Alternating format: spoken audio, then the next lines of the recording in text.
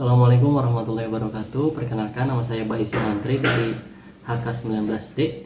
Assalamualaikum warahmatullahi wabarakatuh. Saya Nuriana Tirustiah Medah dari HK19D.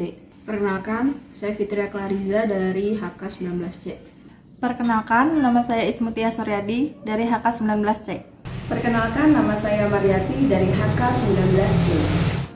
Pada kesempatan kali ini kita akan menyampaikan mengenai penyelesaian sengketa perdagangan internasional dalam perkara impor daging ayam antara Brasil dan Indonesia, yang merupakan salah satu tugas dari mata kuliah Hukum Dagang Internasional dengan dosen pengampu Bapak Muhammad Abbas, SHMH. Menurut definisi, kedaulatan adalah kekuasaan tertinggi yang bersifat tunggal, asli, abadi, dan tidak terbagi. Sedangkan kedaulatan negara merupakan hak tertinggi yang dimiliki oleh suatu negara. Kedaulatan memiliki dua arti, yaitu kemerdekaan, independence, dan kesederajatan atau equality. Artinya, negara-negara yang berdaulat memiliki derajat yang sama sehingga dilarang memaksakan kedaulatannya tersebut kepada negara merdeka yang berdaulat lainnya. Menurut Kant Helsen, prinsip hukum par in parem non habet imperium ini memiliki beberapa pengertian. Yang pertama, suatu negara tidak dapat melaksanakan yurisdiksi melalui pengadilan terhadap tindakan negara lain kecuali negara tersebut menyetujuinya. Selanjutnya, suatu pengadilan yang dibentuk berdasarkan perjanjian internasional tidak dapat mengadili tindakan suatu negara yang bukan merupakan anggota atau peserta dari perjanjian tersebut. Dan yang terakhir, pengadilan suatu negara tidak berhak mempersoalkan keabsahan tindakan suatu negara lain yang dilaksanakan di dalam wilayah negaranya. Kali ini akan menjelaskan tentang teori kedaulatan ekonomi negara. Definisi kedaulatan ekonomi negara menurut beberapa ahli. Menurut Wallace Adolphe, secara sederhana, kedaulatan ekonomi negara adalah kekuasaan tertinggi suatu negara untuk mengatur kebijakan ekonomi dalam wilayahnya atau kebijakan ekonomi internasionalnya. 2. Kedaulatan ekonomi negara dibagi menjadi dua. Kedaulatan ekonomi internal. Kedaulatan internal adalah kekuatan negara untuk mengkoordinasi diri secara bebas dan ekonomi untuk melaksanakan kekuasaan monopolinya dalam wilayahnya. Yang kedua, kedaulatan ekonomi eksternal. Kedaulatan seperti ini berkaitan dengan status dan kemampuan suatu negara untuk mengadakan hubungan-hubungan ekonomi internasional. Menurut doktrin kedaulatan relatif, semua negara berada dalam kedudukan yang sama menurut hukum internasional.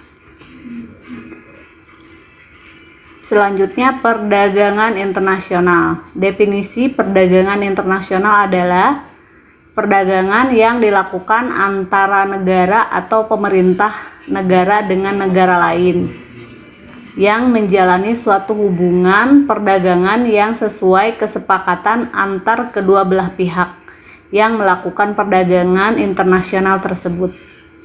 Menurut Setiawan dan Lestari, faktor penyebab perdagangan internasional antara lain sebagai berikut.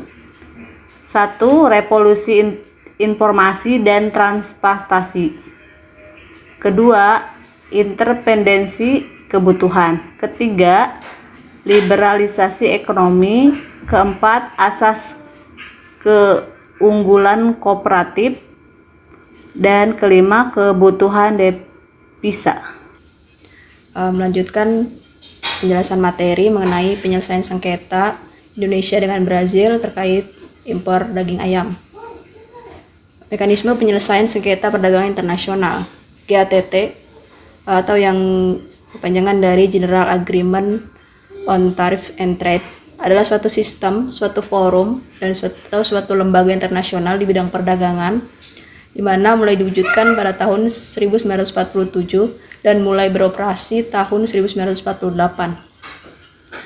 GATT berfungsi sebagai suatu kontrak antara semua pihak peserta perjanjian untuk memenuhi aturan main yang telah disepakati bersama.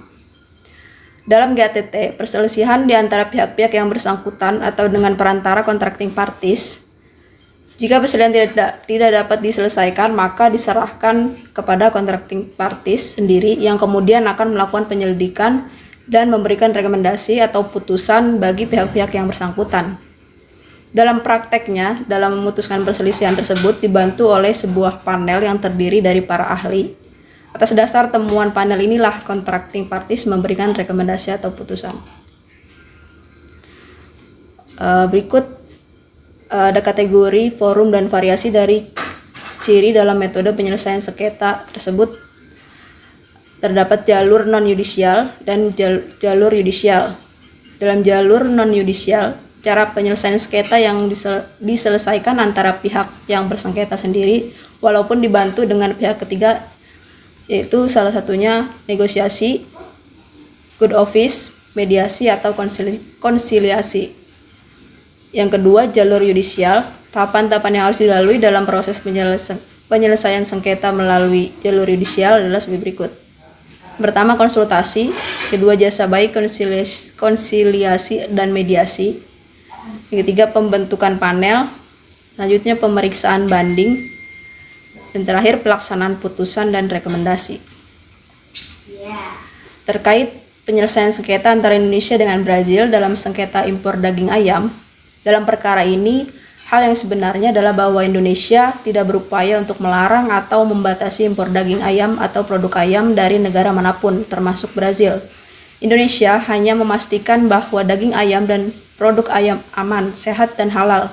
Upaya Indonesia untuk memastikan kesehatan dan keamanan produk lebih lanjut telah mengakibatkan penghentian beberapa langkah yang ditentang oleh Brazil dalam proses ini. Beberapa langkah Indonesia yang menghentikan impor daging ayam Brazil ke Indonesia. Pertama, larangan umum pada impor daging ayam dan produk ayam. Yang kedua, larangan impor potongan daging ayam dan daging ayam yang disiapkan atau diawetkan lainnya. Yang ketiga, batasan penggunaan produk impor. Yang keempat, prosedur perizinan impor ketat Indonesia. Yang kelima, penundaan yang tidak semestinya sehubungan dengan persetujuan persyaratan sanitasi. Yang keenam, batasan pada transportasi produk impor. Yang terakhir, penerapan diskriminatif persyaratan pelabelan halal. Selanjutnya, saya akan menjelaskan dari langkah-langkah penghentian tersebut telah melanggar ketentuan-ketentuan WTO dengan klaim-klaim hukum sebagai berikut. Pertama, klaim yang terkait dengan tindakan perbatasan yang menciptakan perbatasan perdagangan. Yang kedua, klaim yang terkait dengan perlakuan diskriminatif. Dan yang ketiga adalah klaim terkait dengan hambatan sanitasi. Jadi keputusan akhir untuk sengketa impor daging ayam, yakni sebagaimana yang telah dirilis oleh Kementerian Pertanian Republik Indonesia, terdapat 3 ketentuan yang dimenangkan Indonesia karena Brazil dianggap gagal membuktikan ketentuan tersebut.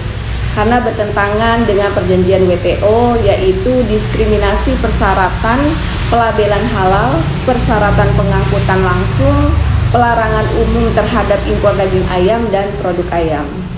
Sedangkan 4 ketentuan yang dimenangkan oleh Brazil karena dianggap bertentangan dengan perjanjian WTO, yaitu daftar produk yang dapat diimpor atau yang masuk ke dalam positive list, persyaratan penggunaan produk impor, prosedur perizinan impor, penundaan proses persetujuan sertifikat kesehatan veteriner.